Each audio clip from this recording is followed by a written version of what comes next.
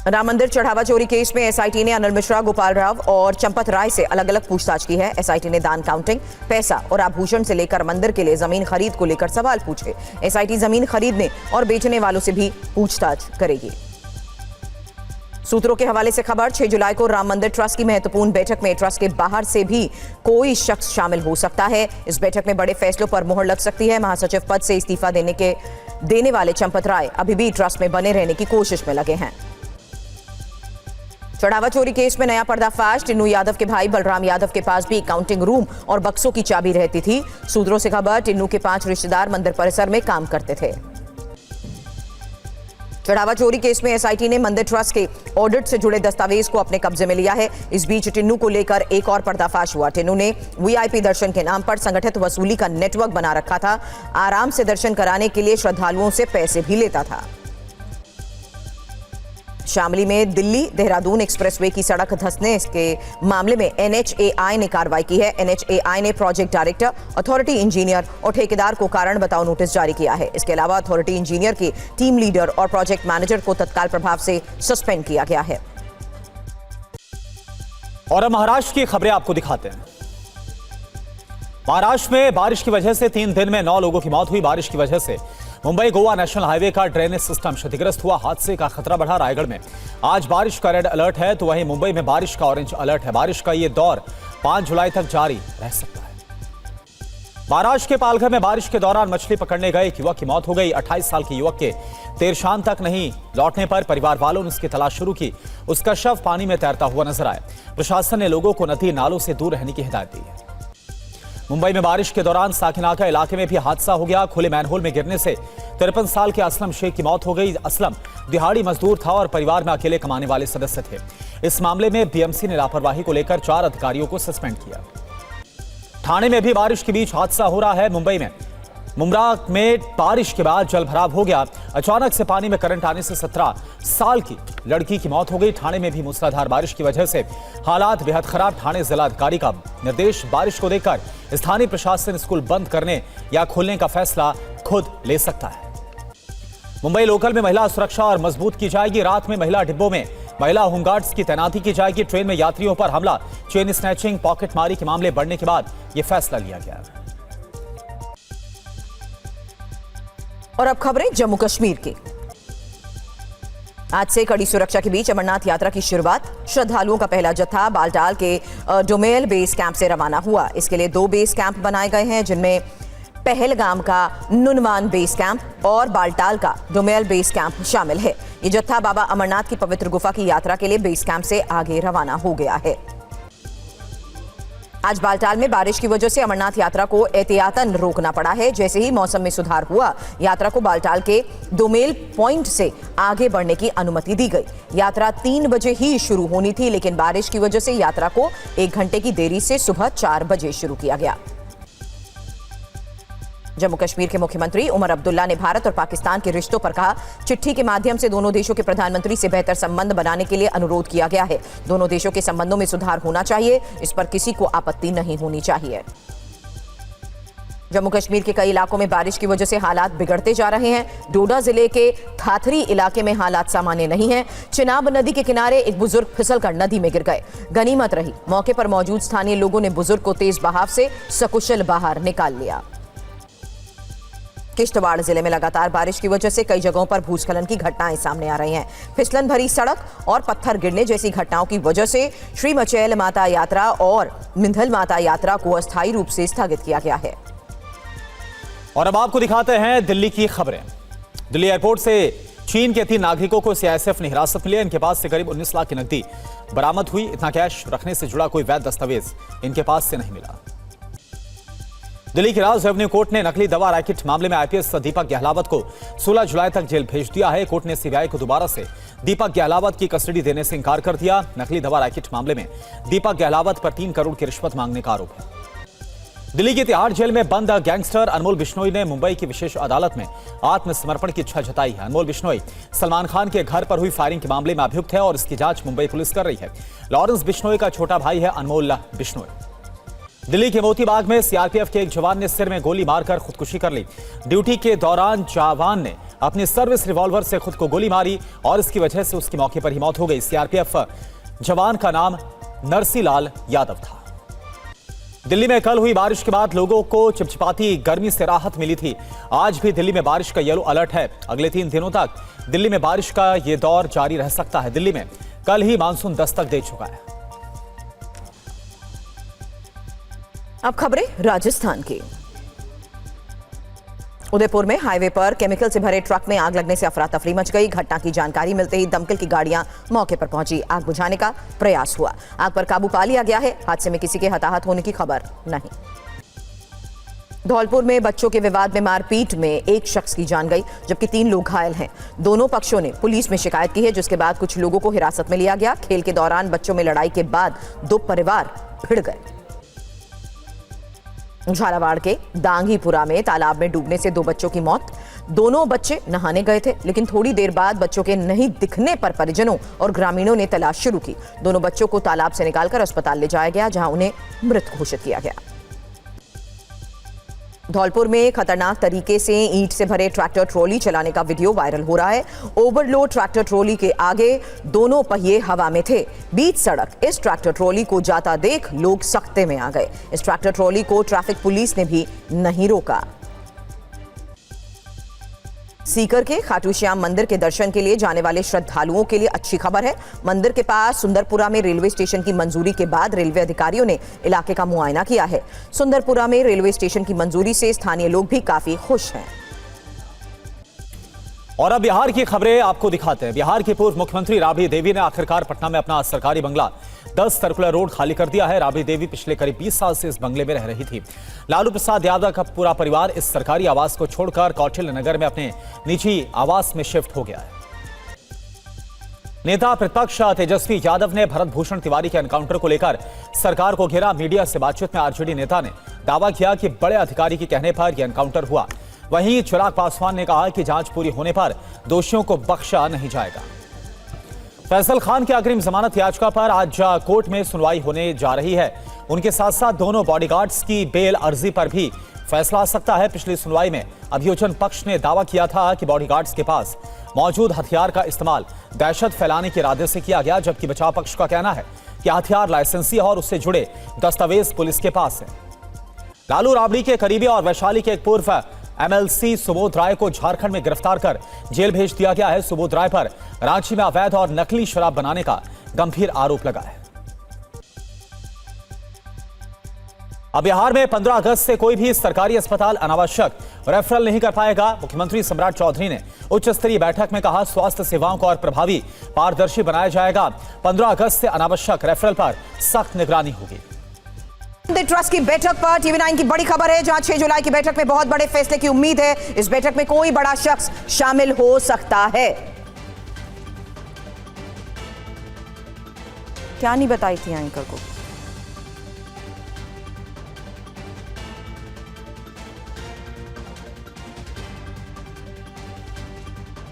जहां 6 जुलाई की बैठक में बड़े फैसले की उम्मीद है। अब बैठक में कोई बड़ा शख्स भी शामिल हो सकता है। हालांकि लगातार इस पूरे मामले की इन्वेस्टिगेशन में हो रहे बड़े पर्दाफाश के बाद यह पहली बड़ी खबर आपके सामने है, क्योंकि अब ट्रस्ट को लेकर, ट्रस्ट की बैठक को लेकर यह बड़ी खबर आपको बता रहे हैं, जो बैठक होनी है 6 जुलाई को।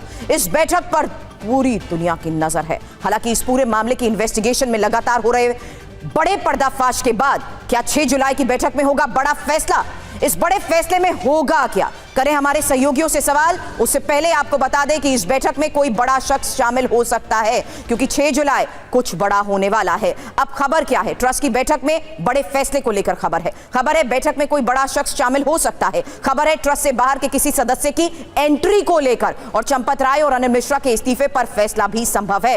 हालांकि 2/3 बहुमत से ही स्वीकार होगा इस्तीफा, यह एक और बड़ा सवाल, क्योंकि वोटिंग के जरिए ही स्वीकार किया जा सकता है इस्तीफा। ऐसे में मेरे सहयोगी अभिजीत से पहला सवाल हम करेंगे, क्योंकि इस बैठक को देखते हुए 3 बड़े सवाल अब आपके सामने। क्या इस बैठक में शामिल होने वाला बाहरी शख्स है कौन? क्या बाहरी सदस्य ट्रस्ट की कमान संभालेगा, और ट्रस्ट में बाहरी सदस्य की जिम्मेदारी होगी क्या? करेंगे इसी को लेकर मेरे सहयोगी अभिजीत से सवाल, लेकिन उससे पहले एक और बड़ी खबर। और देखिए, बड़ी खबर का हम रुख कर रहे हैं। राम मंदिर चढ़ावा चोरी से जुड़ी एक बड़ी खबर है। अविनाश शुक्ला को कस्टडी में लेने पहुंची पुलिस। अयोध्या जेल में बंद है अविनाश शुक्ला।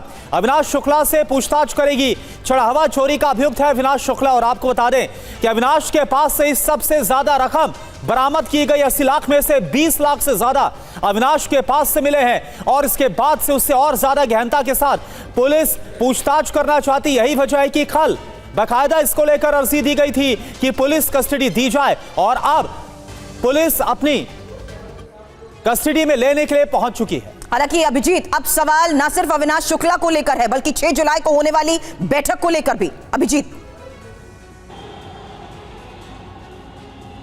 देखिए 6 जुलाई की बैठक निश्चित तौर पर बहुत महत्वपूर्ण हो जाती है। महासचिव और अनिल मिश्रा जो सदस्य हैं उनके इस्तीफे के बाद क्या उनका इस्तीफा किस तरीके से मंजूर किया जाएगा, 2/3 सदस्यों की मौजूदगी वहां पर हो सकेगी या नहीं, ये भी एक बड़ा सवाल है। और जो मौजूदा सदस्य हैं अगर उन सब की मौजूदगी वहां पर नहीं रहती है तो क्या बाहर से कोई बड़े अधिकारी या कोई बड़ा शख्स वो जो है वो उस बैठक में भाग ले सकता है। और इस्तीफे की मंजूरी आखिरकार किस तरह से होगी, बैठक में किन किन पहलुओं पर विचार होगा, चर्चा होगी और क्या ट्रस्ट के पुनर्गठन की बात पर भी चर्चा हो सकती है, ये भी एक बहुत बड़ा सवाल है। क्योंकि बड़े कदम उठाए जाने की जानकारी सामने आ रही है। यानी कि ये जो बैठक है वो एक सामान्य बैठक की तरह नहीं है, विशेष बैठक तो है ही, लेकिन इस विशेष बैठक में बहुत ही विशेष और बड़े फैसले लिए जाने की भी पूरी संभावना है। फैसले होंगे किस आधार पर, ये एक दूसरा बड़ा सवाल इसलिए क्योंकि अभी अभी अविनाश शुक्ला को कस्टडी में लेने के लिए जिस तरीके से पुलिस पहुंची है और अभी तक जो सवाल जवाब हुए हैं, जाहिर सी बात है उसमें हो रहे पर्दाफाश के आधार पर ही आगे बड़े फैसले संभव। देखिए चढ़ावा चोरी कांड पर जिम्मेदारियां निश्चित तौर पर तय की जाएंगी ट्रस्टियों की, क्योंकि ट्रस्टियों के द्वारा लोगों की हायरिंग की गई, उनको काम पर रखा गया और उसके बाद इतनी बड़ी चढ़ावा चोरी कांड का खुलासा हुआ। निश्चित तौर पर जो जिम्मेदार पद पर लोग बैठे थे ये उनकी जिम्मेदारी थी कि लोगों का वेरिफिकेशन ठीक से करवाएं, ईमानदार आदमी ही उसमें भर्ती हो। और अगर चोरी लंबे समय से चल रही थी तो अब तक पकड़ी क्यों नहीं गई? जितने भी सर्विलांस सिस्टम लगाए गए थे उनकी निगरानी करने वाले शख्स ने अपनी जिम्मेदारी ठीक से नहीं निभाई। तो ट्रस्ट के सदस्यों की और जो लोग एक्टिवली उसमें पार्टिसिपेट कर रहे थे, चाहे वो महासचिव चंपत राय हो या फिर सदस्यों की अगर हम बात करें तो गोपाल जी राव, अनिल मिश्रा सबसे ज्यादा एक्टिव थे, सबसे ज्यादा ताकत अनिल मिश्रा के हाथों में थी। वो लोगों को नौकरी पर रख रहे थे, वो डिसाइड कर रहे थे कि किसकी क्या भूमिका होगी। तो उनके जिम्मेदारियों को ध्यान में रखते हुए और निश्चित तौर पर उन्होंने अपनी जिम्मेदारी को ठीक से नहीं निभाया। बिल्कुल, और ऐसे में अविनाश की अब जो पुलिस कस्टडी बहुत अहम हो जाती है क्योंकि अविनाश जिस योग केंद्र में रहता था वहां सबसे ज्यादा रकम मिली थी। इसके अलावा रामराज कोष का जो बक्सा था QR कोड के साथ, तो क्या और इसको विस्तार मिलता नजर आएगा? अब चढ़ावा चोरी मामले की दूसरी बड़ी खबर, ट्रस्ट में बने रहना चाहते हैं चंपत राय, ये एक बड़ा सवाल है।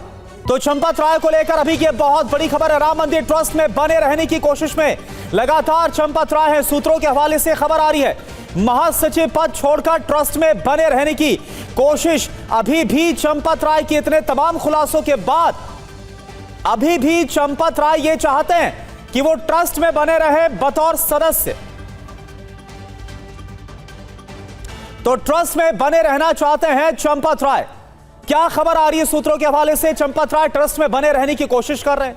महासचिव का पद छोड़कर ट्रस्ट में रहने की यह कोशिश है। सदस्य की हैसियत से ट्रस्ट में रहना चाहते हैं चंपत। अब सवाल क्या उठ रहे हैं, चंपत राय ट्रस्ट में आखिर क्यों बने रहना चाहते हैं? महासचिव इस्तीफे के बाद सदस्य बन सकता है क्या? यह भी अपने आप में एक बड़ा सवाल। और तमाम आरोपों के बाद और जो आरोपी उनके साथ कनेक्शन के बाद पूरी स्थिति में मंदिर ट्रस्ट की नियमावली आखिरकार क्या कहती है? क्या ट्रस्ट में बने रहने को लेकर कोई प्रस्ताव आएगा? ट्रस्ट में नेतृत्व परिवर्तन की प्रक्रिया क्या होगी? यह भी अपने आप में एक बड़ा सवाल, क्योंकि लगातार पुनर्गठन को लेकर मांग हो रही है। नए महासचिव के चयन का आधार क्या होने वाला है? कुमार कुंदन इस वक्त हमारे साथ जुड़े हुए हैं। कुमार, एक बात बताइए, टिन्नू यादव से लेकर तमाम जो अभियुक्त हैं उन सब से इतनी करीबी होने के बाद, 80 लाख से ज्यादा की रकम अभियुक्तों के पास से बरामद होने के बाद और चंपत राय से भी तमाम सवाल जवाब किए गए, क्यों आखिरकार चाहते चंपत राय इस पद सदस्य के तौर पर, भली महासचिव ना हो लेकिन सदस्य के तौर पर टिके क्यों रहना चाहते हैं? देखिए, चंपत राय उन लोगों में हैं जो राम मंदिर में बहुत लंबे समय से जुड़े रहे हैं और ख़ास करके राम जन्मभूमि मंदिर जब बनकर तैयार होने वाला था उस समय उनका कद बढ़ता चला गया और आज की स्थिति ऐसी है कि देश के तमाम नेता से लेकर बड़े लोग राम जन्मभूमि जब दर्शन करने आते हैं तो चंपत राय से ज़रूर मिलते हैं। तो एक तरीके से चंपत राय का प्रभुत्व सिर्फ राम जन्मभूमि में ही नहीं बल्कि पूरी अयोध्या में बन गया था। और हाल के वर्षों में जिस तरीके से अयोध्या में सारी डील हुई, सब कुछ हुई, ज़मीन से लेकर ज़्यादा तक सब कुछ के केंद्र में कहीं न कहीं चंपत राय जरूर रहे। तो एक तरीके से वो अपने आप को अयोध्या में राम मंदिर में जो चंपत राय थे वो एक तरफ से धुरी बनकर हो गए, और एक ऐसी धुरी जिसके आसपास ही सारी चीज़ें घूमती रहीं। अब जब पूरा मामला बन गया है उसके बाद से चंपत राय अलग थलग पड़ते दिख रहे हैं। ऐसे में उनकी कोशिश है कि बेशक उन्होंने इस्तीफे की पेशकश की हो, लेकिन उनको किसी भी तरीके से ट्रस्ट में बने रहने दिया जाए, इसकी ये कोशिश में लगातार बने हुए हैं। क्योंकि चंपत राय पर सीधे तौर पर कोई आरोप अभी तक नहीं लगा है, या फिर कह सकते हैं कि कोई ऐसी चीज़ें जांच में नहीं मिली है जिससे कि सीधे तौर पर चंपत राय को जिम्मेदार ठहराया जा सके। जो भी लोग हैं इसमें, टिल्लू यादव हो या फिर कोई और लोग हो, इन सब के ऊपर से बरामदगी और तमाम तरह की चीज़ें हुई हैं। लेकिन हाँ, ये भी जरूरी है कि ये सारे के सारे चंपत राय के अधीन ही काम कर रहे थे। तो नैतिक जिम्मेवारी चंपत राय पे ज़रूर बन रही है। यही वजह है कि हमें जो सूत्रों से जानकारी मिल रही है, चंपत राय अभी जो इस्तीफा दिया है, इस्तीफे के बाद भी बैठक में कोशिश ये की जाएगी कि उनसे एक कारण बताओ नोटिस उनसे जारी किया जाएगा, पूछा जाएगा, और उसके जवाब मिलने के बाद ही उन पर किसी भी तरह की कोई कार्रवाई होगी। लेकिन जो शुरुआती जानकारी है उसके मुताबिक चंपत राय का जाना तय है और उनकी जगह कोई नया बनने वाला है। बड़े सवाल हैं और देखना होगा कि बैठक को देखते हुए, आने वाले वक्त में 6 जुलाई को होने वाली बैठक को देखते हुए क्या बड़े फैसले होते हैं। लेकिन अब चढ़ावा चोरी मामले में ही तीसरी बड़ी खबर है, टिन्नू मोहरा मास्टरमाइंड कौन?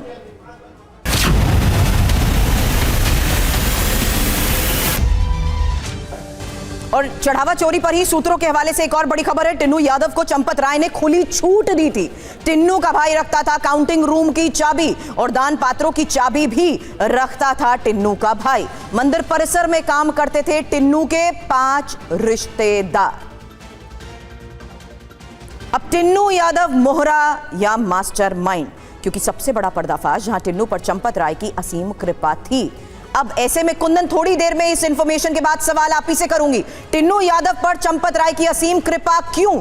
हालांकि पर्दाफाश ये हो चुका है, जहां दान पात्रों की चाबी टिन्नू के भाई के पास रहती थी, टिन्नू के भाई के पास ही काउंटिंग रूम की भी चाबी थी। टिन्नू के 5 रिश्तेदार मंदिर परिसर में काम करते थे और चंपत राय ने ऑपरेशनल लेवल पर टिन्नू को फ्री हैंड दे रखा था। अयोध्या प्रशासन में भी टिन्नू यादव की गहरी पैठ थी और पुलिस को वॉकी टॉकी पर निर्देश भी टिन्नू यादव ही देता था। अब टिन्नू को मंदिर कर्मी अघोषित सर्वकार मानते थे। कुंदन, ये बड़े सवाल है क्योंकि इस पूरे मामले में हो रही इन्वेस्टिगेशन में, पर्दाफाश में किसकी क्या भूमिका थी, उसमें सब कुछ टिन्नू यादव के आसपास जिस तरीके से घूम रहा है, उसमें एक सबसे बड़ा सवाल है कि आखिर टिन्नू यादव पर चंपत राय के भरोसे का मतलब क्या है? इतनी कृपा क्यों?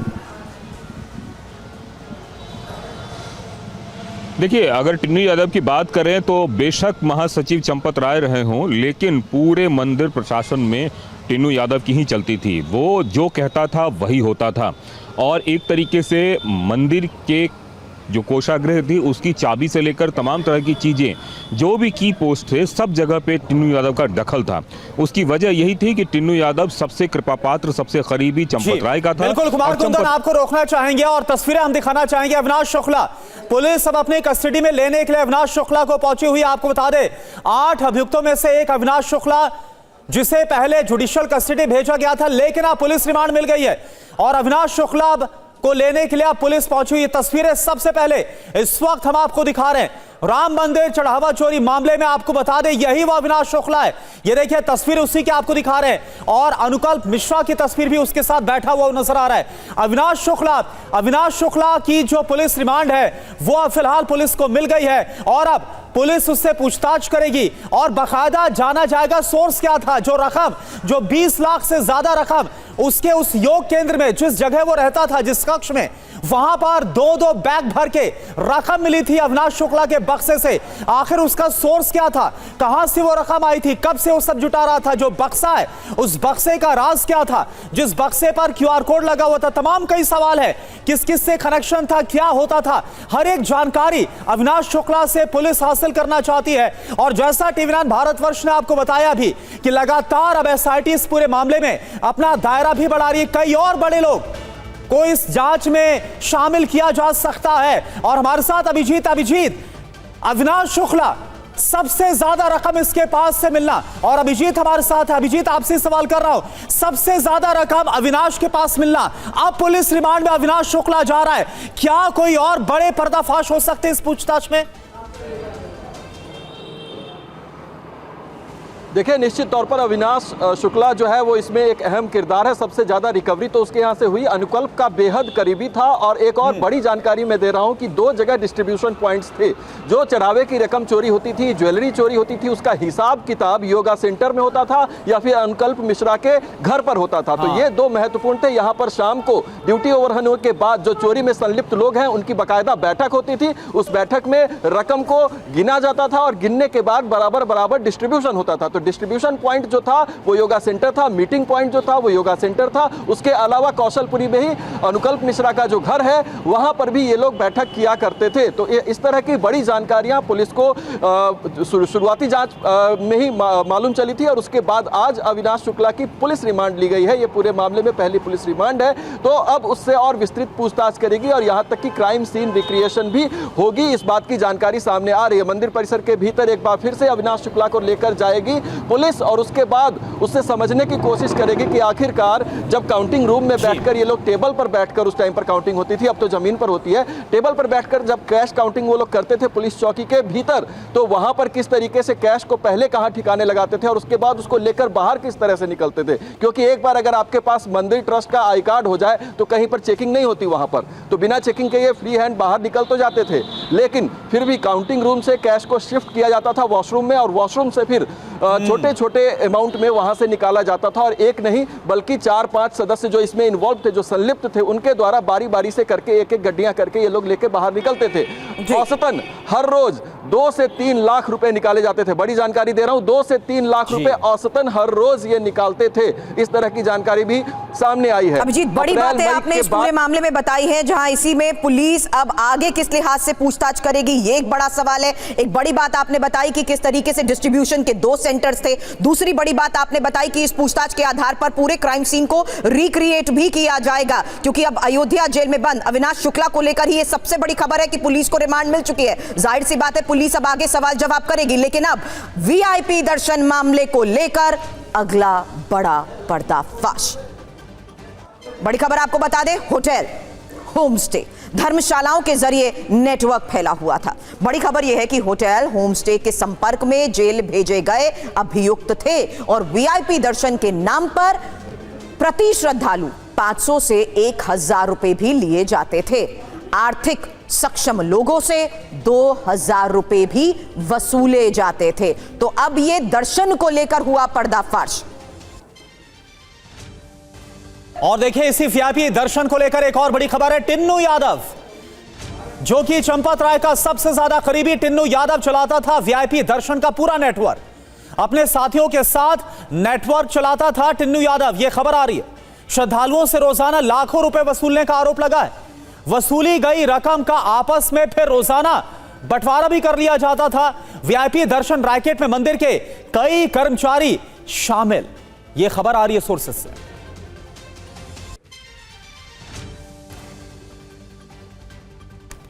तो टिन्नू यादव का वीआईपी खेल क्या है, आप जरा देखिए क्या पर्दाफाश हो रहा है। मंदिर दर्शन के नाम पर, वीआईपी दर्शन के नाम पर वसूली की जाती थी, संगठित वसूली होती थी, पूरा नेटवर्क तैयार किया गया था। श्रद्धालुओं से बाकायदा वीआईपी दर्शन के नाम पर लाखों रुपए वसूले गए। वसूली की रकम का फिर आपस में बंटवारा हो जाता था। बड़े स्तर पर वीआईपी दर्शन का ये जो पूरा खेल है, नेटवर्क है, वो काम कर रहा था। पूरे नेटवर्क में मंदिर और बाहरी लोग भी शामिल थे। एसआईटी की जांच में क्या आया है, सभी की भूमिका की पड़ताल की गई है। रैकेट से जुड़े लोगों का वित्तीय लेन देन भी खंगाला जा रहा है। मोबाइल कॉल डिटेल्स, बैंक खाते और तमाम जो दूसरे दस्तावेज है, उन सब की जांच की जा रही है। अभिजीत इस वक्त हमारे साथ जुड़े हुए हैं। अभिजीत, सवाल तो यही है, एक तो ये बताइए कि इसको लेकर क्या खबर मिल रही है, कैसे पूरा बंदरबाट ये बंटवारे का खेल चलता था, वीआईपी दर्शन के नाम पर जो रकम मिलती थी। और सवाल तो ये है, टिन्नू यादव जो कि चंपत राय का इतना करीबी, क्या चंपत राय को भनक भी नहीं लगी इसकी? देखिए, देश भर से श्रद्धालु आते हैं यहाँ पर, होटल्स में, होम स्टे में, तमाम जगहों पर ठहरते हैं। हर किसी को सुविधाजनक दर्शन की आवश्यकता होती है, या फिर वो चाहते हैं कि उनका आराम से दर्शन हो जाए। जो लोग ज़्यादा खर्च कर सकते हैं वो ये भी सुविधा चाहते हैं कि कुछ पैसे खर्च हो जाए, लेकिन अगर वीआईपी दर्शन हो जाए, गाड़ियों की एंट्री आराम से हो जाए तो फिर अच्छा रहेगा।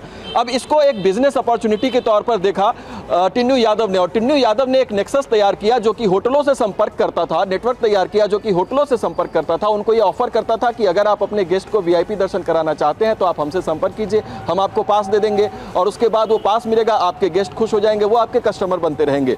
और इस तरीके से तमाम होटल्स में जैसे ही गेस्ट बाहर के आते थे उनको ये ऑफर किया जाता था कि अगर आपको वीआईपी दर्शन की ज़रूरत है तो हम उसके लिए पासेज उपलब्ध करवा सकते हैं, आपको अमुक राशि देनी पड़ेगी, 500 से 1000 रुपये, और यहाँ तक कि 3 से 5000 रुपये भी वीआईपी दर्शन तक की कीमत जो है वो तय की जाती थी। उसमें क्राइटेरिया होता था कि अगर आप गाड़ी के साथ एंट्री चाहते हैं तो आपको इतने पैसे देने पड़ेंगे। कहीं पर भी राम मंदिर जो रामपथ का क्षेत्र है जहाँ पर रिस्ट्रिक्टेड एंट्री होती है, बैरिकेडिंग्स लगी होती है, एक वाहन पास आपको इशू हो जाएगा और उसके बाद आपकी गाड़ियों को रोका नहीं जाएगा, वीआईपी गेट से आपकी एंट्री होगी और आप दर्शन कर जाएंगे।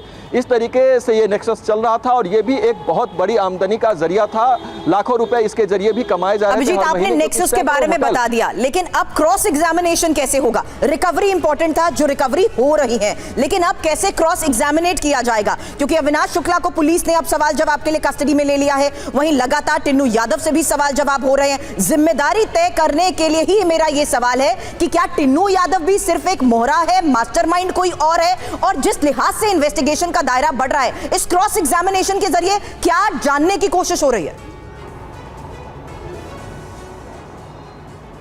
देखिए, जानने की कोशिश यही हो रही है कि क्या इस चढ़ावा चोरी कांड का स्केल कितना बड़ा हो सकता है। केवल 80 लाख की रिकवरी तक ये सीमित नहीं है, यह करोड़ों का खेल हो सकता है। इस एंगल पर अब पुलिस जांच कर रही है, क्योंकि न केवल 80 लाख की रिकवरी हुई, करोड़ों रुपए तो इन्वेस्ट किए जा चुके हैं, खर्च किए जा चुके हैं, जमीन, मकान, घर खरीदे जा चुके हैं, और उसके अलावा बैंक अकाउंट्स, रिश्तेदारों के बैंक अकाउंट्स में पैसे ट्रांसफर हुए हैं, गाड़ियां बुक कराई गई हैं, गाड़ियां खरीदी गई हैं। तो इन सबको अगर जोड़ा जाए तो ये करोड़ों का खेल है। और वीआईपी दर्शन पास का जो ये खेल है वो आज से नहीं चल रहा था, प्राण प्रतिष्ठा के कुछ महीनों बाद से ही ये शुरू हो गया था। ये नेटवर्क बनाने की शुरुआत जो है वो हो गई थी, तो वो लंबे समय से चल रहा था। तो इसके जरिए कितने लाख रुपए पैसे अवैध तरीके से कमाए गए और किन किन अकाउंट्स में उसको ट्रांसफर किया गया, तो वित्तीय लेन देन को जो खंगाल रही है, उनसे जुड़े दस्तावेज जो खंगाल रही है पुलिस, उससे अहम जानकारी मिलने वाली है। और सबसे बड़ा सवाल इसमें यह भी है कि ये तो मोहरे हैं, अगर ये इतना पैसा बना रहे थे ट्रस्ट के अंदर जिम्मेदार पदों पर रहते हुए, या फिर जिम्मेदार ताकतें इन्हें मिल गई थी, पद पर तो नहीं थे, तो आखिरकार क्या इसमें से कट मनी जिसको आप कह सकते हैं, कई बार 40% कमीशन, 20% कमीशन की बातें सामने आती है, वो कहीं ऊपर भी पहुंच रहा था, और पहुंच रहा था तो किसके पास पहुंच रहा था? क्योंकि ट्रस्ट की ओर से भी वीआईपी पास जारी किए जाते हैं और ट्रस्ट के पदाधिकारियों को इस बात की जानकारी होती है कि इस महीने कितने वीवीआईपी या वीआईपी दर्शन हुए या फिर वीआईपी पास जारी किए गए, क्योंकि उसकी संख्या होती है, वो कंप्यूटर में उसकी एंट्री होती है कि कितने बार वीआईपी पास निकाले गए। इन तमाम दस्तावेजों को पुलिस खंगालेगी, इन्वेस्टिगेट करेगी और उससे ये पता चल सकेगा। बिल्कुल आपने सही कहा अभिजीत कि अभी तक तो हमने देखा भी जो सभी 8 अभियुक्त हैं उनसे 80 लाख के आसपास की रकम बरामद हुई, और कहा यह जा रहा है कि ये जो आंकड़ा है ये बहुत ही बड़ा है। इस पर भी आपसे बात करेंगे। एक और बड़ी खबर, राम मंदिर चढ़ावा मामले में बड़ी खबर, चढ़ावा चोरी में एसआईटी जांच का दायरा बढ़ा है। चंपत राय, अनिल मिश्रा, गोपाल राव से पूछताछ।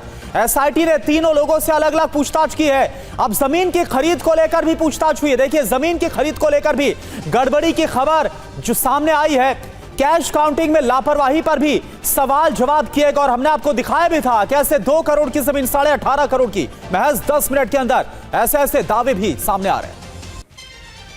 और राम मंदिर चढ़ावा चोरी से जुड़ी एक और बड़ी खबर है। एसआईटी ने कब्जे में लिए लेन देन के दस्तावेज, जहां ट्रस्ट के लेन देन की जांच एसआईटी करेगी। ऑडिट से जुड़े दस्तावेज भी कब्जे में लिए गए हैं। तो एसआईटी ने अब लेन देन के दस्तावेज भी कब्जे में ले लिए हैं। जाहिर सी बात है, लगातार इन्वेस्टिगेशन का दायरा बढ़ रहा है। ऐसे में जो रिकवरी हो रही है, जो कैश बरामद हो रहा है और जो जमीनों को लेकर खुलासे हुए हैं, उसके बाद ये साफ है कि अब ऑडिट से जुड़े दस्तावेज भी कब्जे में लिए जा चुके हैं। और चलिए अब आपको डिटेल के साथ बताते हैं एसआईटी ने किस किस से पूछताछ की और कैसे किया और किससे क्या सवाल पूछा है। एक एक करके हम आपको एक एक नाम उनसे जो सवाल किया गया। देखिए, सबसे पहले आपको बता दें, चंपत राय ट्रस्ट के महासचिव, हालांकि इस्तीफा दिया लेकिन कहा जा रहा है स्वीकार नहीं किया गया। अनिल मिश्रा ट्रस्ट के सदस्य और गोपाल राव मंदिर के सहायक प्रशासक है। इन सब से सवाल जवाब किए गए। हालांकि पूछताछ को देखते हुए सबसे अलग अलग पूछताछ को लेकर भी खबर सामने आ रही है, जहां एक से पूछताछ और दूसरे को तब बाहर बिठाया गया है। आपराधिक षड्यंत्र से अलावा भी पूछताछ की जा रही है। इसके अलावा अनिल मिश्रा की बात करें, एक पहला जो सवाल, दान के पैसे की गणना आखिरकार कैसे होती थी, क्या पूरा सिस्टम होता था इसको लेकर, काउंटिंग में कौन कौन से लोग शामिल रहा करते थे। इसके अलावा तीसरा सवाल, कैश को बैंक तक कैसे पहुंचाया जाता था। हालांकि बैंक तक पहुंचाने की प्रक्रिया में कौन कौन शामिल होते थे, यह भी बड़ा सवाल है। प्राइवेट सिक्योरिटी गार्ड क्या करते थे, इसके बारे में भी जाना गया। दान में मिली ज्वेलरी का होता क्या था, और साथ ही ज्वेलरी को बैंक कैसे पहुंचाया जाता था। एक और इंफॉर्मेशन अब आगे है, क्योंकि चढ़ावा चोरी में पूछताछ को लेकर अगले सवाल गोपाल राव से भी हुए हैं। करना बिल्कुल, आभूषण और जो सोने चांदी के रख रखाव को किस तरह से इसका पूरा इंतजाम होता था, तो ये एसआईटी के हाथ अभी तक क्या लगा है। चढ़ावा चोरी में जो पूछताछ की गई है और जो सवाल किए गए एसआईटी की तरफ से, वो सारी जो जानकारी है वो इस वक्त आपको बता रहे। जमीनों की खरीद फरोख्त के बारे में भी जो पूछताछ है वो की गई है। गोपाल के पास आभूषण चढ़ावों की जो जिम्मेदारी है वो थी, तो ये आपको बता रहे क्या जिम्मेदारियां गोपाल राव के पास थी।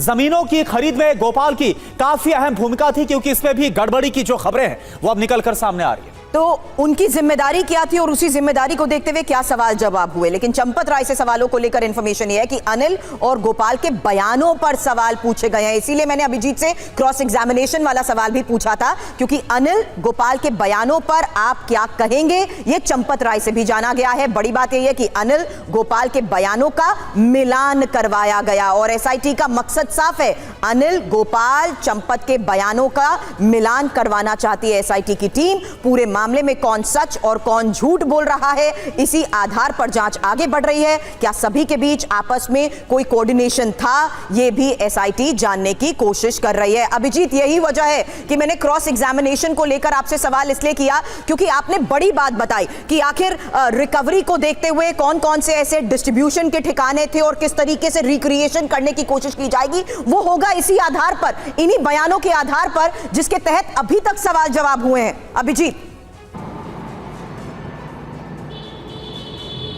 जी, निश्चित तौर पर, और पूछताछ में बयान मिलाने के पीछे एक कारण यह भी है कि क्या जो इन लोगों को काम पर रखा गया, जिन जिन लोगों को काम पर रखा गया, जो आज की तारीख में आरोपी हैं, उनके द्वारा जो बयान दिए गए हैं, जो हायरिंग प्रोसेस के बारे में जानकारी दी गई है, क्या वो दोनों मिलान करते हैं या नहीं करते हैं। पुलिस का ध्यान इस बात पर भी है कि क्या ये जो आरोपी जिनके पास से रिकवरी हुई है केवल चोरी का माल इन तक ही जा रहा था, या फिर इसमें ऊपर के लोग भी शामिल थे, या ऊपर के लोगों तक भी ये बात जानकारी में होने के बावजूद वो इसलिए चुप थे, या फिर इस बात के लिए अनदेखी कर रहे थे कि उनको भी इसके कुछ बेनिफिट्स मिल रहे थे, या फिर उनको किसी भी तरीके से इसका फायदा पहुंच रहा था, इसलिए आंख मूंदी गई। तो एसआईटी जो सदस्यों से पूछताछ कर रही है उसमें इस बात की भी तस्दीक लेने की कोशिश कर रही है कि क्या उनके ज़्यादा घनिष्ठता या पर्सनल रिलेशंस भी किसी से थे, कि वो उनसे मिला करते थे, बातचीत किया करते थे बाकायदा। इस बारे में कॉल डिटेल्स भी खंगाली जा रही कि क्या जिन जिन तारीखों पर चोरी की घटना सामने आई, या जब सबूत मिले, या तमाम चीज़ें हुई, तो उनकी आरोपियों की किस वरिष्ठ पदाधिकारी से या फिर ट्रस्ट के सदस्य से बातचीत हुई, और इसलिए इनके कॉल डिटेल्स और चैट रिकॉर्ड्स भी बहुत अहम हो जाते हैं, और उनके तमाम जो फ़ोन जिनकी जब्त किए गए हैं उनको भी तलाशा जा रहा है कि किन किन लोगों से उनकी रेगुलर बातचीत होती थी। तो ये इन्वेस्टिगेशन का दायरा, पुलिस इन्वेस्टिगेशन का दायरा भी बहुत व्यापक होता जा रहा है, और इसमें एक एक डिटेल खंगाली जा रही है। अगर इन आरोपियों को खास कहा जा रहा है ट्रस्ट के पदाधिकारी का, ट्रस्ट के सदस्य का, तो किस तरह के संबंध थे, कितनी बातचीत होती थी और कितनी नजदीकियां थी, इस बारे में तमाम पुख्ता जानकारी जो है वो पुलिस जुटाने की कोशिश फिलहाल बिल्कुल। तो लगातार ये पूछताछ का दौर एसआईटी का, और ये जो इन्वेस्टिगेशन का दौर है, और फिलहाल अभी एसआईटी को और ज्यादा वक्त भी मिल गया है, और अविनाश शुक्ला को भी अब पुलिस अपने साथ रिमांड पर लेकर गई है, यानी कई और बड़े खुलासे हो सकते हैं। अभी के लिए अभिजीत आपका बहुत बहुत शुक्रिया इस पूरी जानकारी के लिए। और चलिए आगे बढ़ते हैं, अगली बड़ी खबर का रुख करते हैं। अमरनाथ यात्रा को लेकर प्रधानमंत्री मोदी का पत्र। अमरनाथ यात्रा हमारी आध्यात्मिक परंपरा है, ये प्रधानमंत्री की तरफ से कहा गया। इस पत्र के माध्यम से शिव भक्तों की यात्रा सुरक्षित और मंगलमय हो। श्रद्धालुओं से 5 संकल्प लेने की अपील भी की है। पहला संकल्प, स्वच्छता नियमों का पालन करें। दूसरा संकल्प, सुरक्षा नियमों का पालन करें।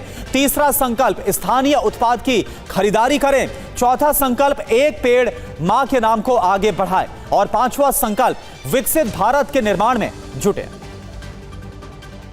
तो तो आपको बता दें कि जो पहला जत्था है वो अमरनाथ यात्रा के लिए रवाना हो गया। वो तस्वीरें भी हमने आपको दिखाई थी। आज बाबा बर्फानी के दर्शन भी होंगे और इस बीच प्रधानमंत्री की तरफ से जो अमरनाथ यात्री हैं उनके लिए एक पत्र भी है और इसमें आध्यात्मिक संदेश भी दिया गया है। कैसे आध्यात्मिक परंपरा का हिस्सा रही है यात्रा, शिव भक्तों की यात्रा सुरक्षित हो, मंगलमय हो, ये प्रधानमंत्री की तरफ से कामना की गई है। 5 संकल्प लेने की अपील भी प्रधानमंत्री की तरफ से सामने रखी गई। पहला संकल्प ये, स्वच्छता नियमों का पालन करें। इसके अलावा सुरक्षा नियमों का भी पालन होना चाहिए।